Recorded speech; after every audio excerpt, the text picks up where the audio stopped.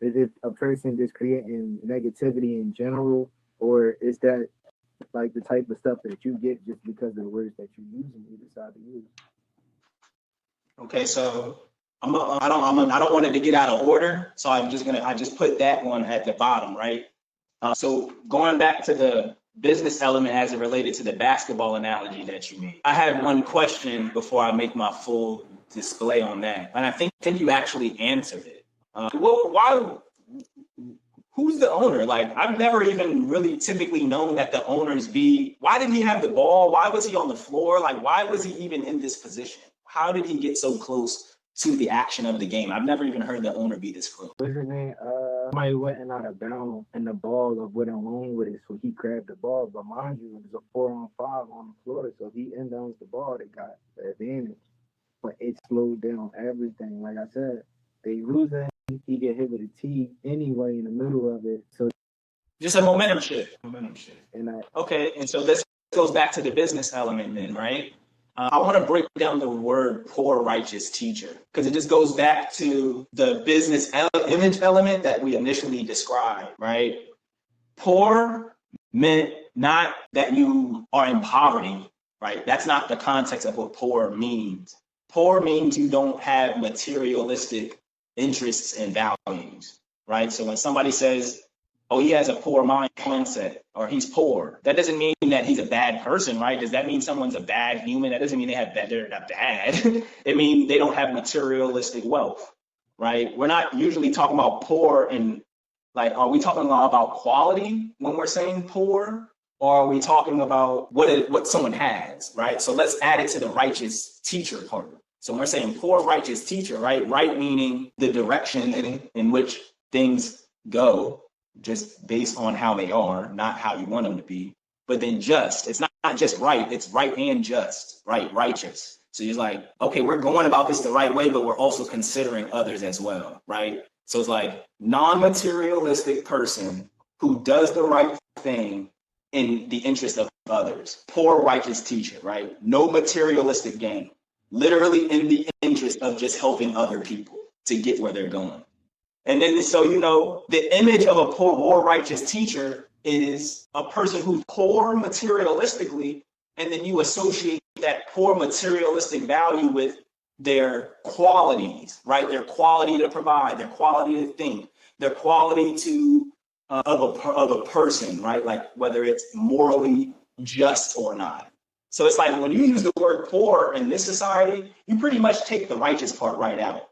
So it's almost like it messes with people's head, and then it makes people not want to be it. They're like, well, this is contradictory. I don't want to be a poor righteous person. Does being righteous mean that you're going to be poor? It's immediately what associates it. So this is the answer why people engage with the controversy, right? This is why people engage with controversy, because the way that they see celebrity is that it is through engaging with that controversy. And this goes back to why I started with resilience in the first place, because people know that if they do not have the ability to carry out what's right without a materialistic gain, they know they're not going to do it. So the best thing that you're normally famous for in society is when you go against the doubts of others and achieve that which you desire with righteous means. So like whether you're a singer or a basketball player, as we're talking about, the entertainers get that because they're the dot in society, right? Society is this, but celebrities are the dot of people who said, I'm going to do these things based on what is right and just and not interested in the material gain of it, right? And so that's what goes back to why I think it has more to do with us being Black than us being men, because I've seen white men congratulate and support white men on these platforms without any, as a poor righteous teacher, right? They don't need material wealth. They don't need to have a degree. They could be Mark Zuckerberg.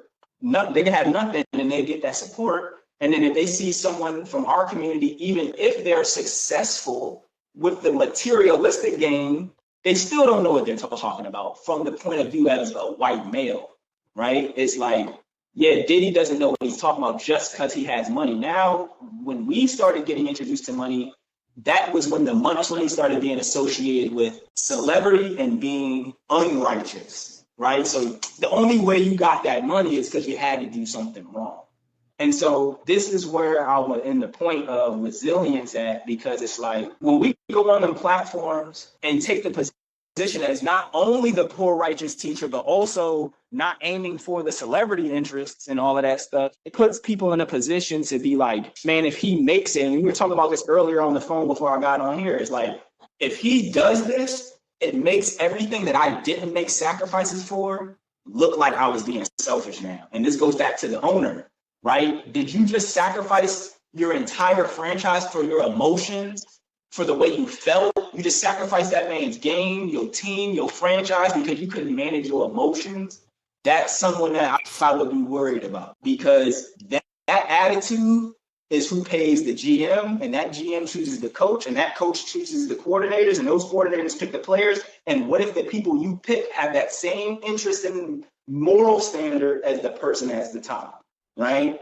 This is why I think basketball organizations lose for decades and decades and decades. And going back to the New York Knicks issue, to just chime that in, they've always had that issue because we ignore the fact that New York is highly, super mega racist, right? But New York Knicks are able to maintain being the third most profitable franchise in the NBA behind the Lakers, the Celtics, and the Knicks. And they don't even win. But it's because they're able to bring in people who don't mind anything but their own personal gain and interest through the entertainment. There's no real New York Knicks pride. It's, I can come here and get whatever I want and do whatever I want without what we talked about earlier, that hard work. So it's like the people, I'll sum this up. People gravitate to controversy because they don't want to do the hard work, and they associate the controversy with a fast way to get to success. So that's why they'll engage with the controversial, messy stuff. And like you said, you can drop 50 points and people will still look at the controversy because that's what's easier to sell versus having to internalize and recognize what 53 fucking points is, right? How big the gap is that I did that versus you. I can't sell that. That don't make everybody want to get involved. You know what I'm saying? I got to start talking about numbers and skills and fundamentals, and we got to start getting into some real stuff, man. Nobody want to do that. I'll put tips on how to build your brand. It'll get like 100 to 200 organic views, and I'm great with that because those are the people who are really going to get invested. But if I be like, Dame Dash talks about success, 5,000 easy. China Mac beefs with 5,000 easy.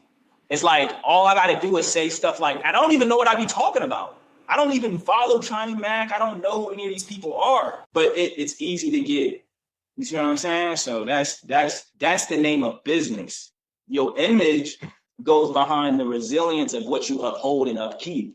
So it's like, if you're going to go toward, this is like some 19 Keys vibe that I'm going to pick right here. Is like, if you're going to go towards that, you got to be prepared for what comes with it, because the people going to laugh at you if you fall. You know what I mean? So if you're going to go towards that, you got to really be willing to uphold that. Something that I've been processing since you've been talking about it was that if people could create the NBA like how the fantasy leagues are, the fantasy drafts was, you decided though, what type of energy would people bring? Or what type of energy would people build their organization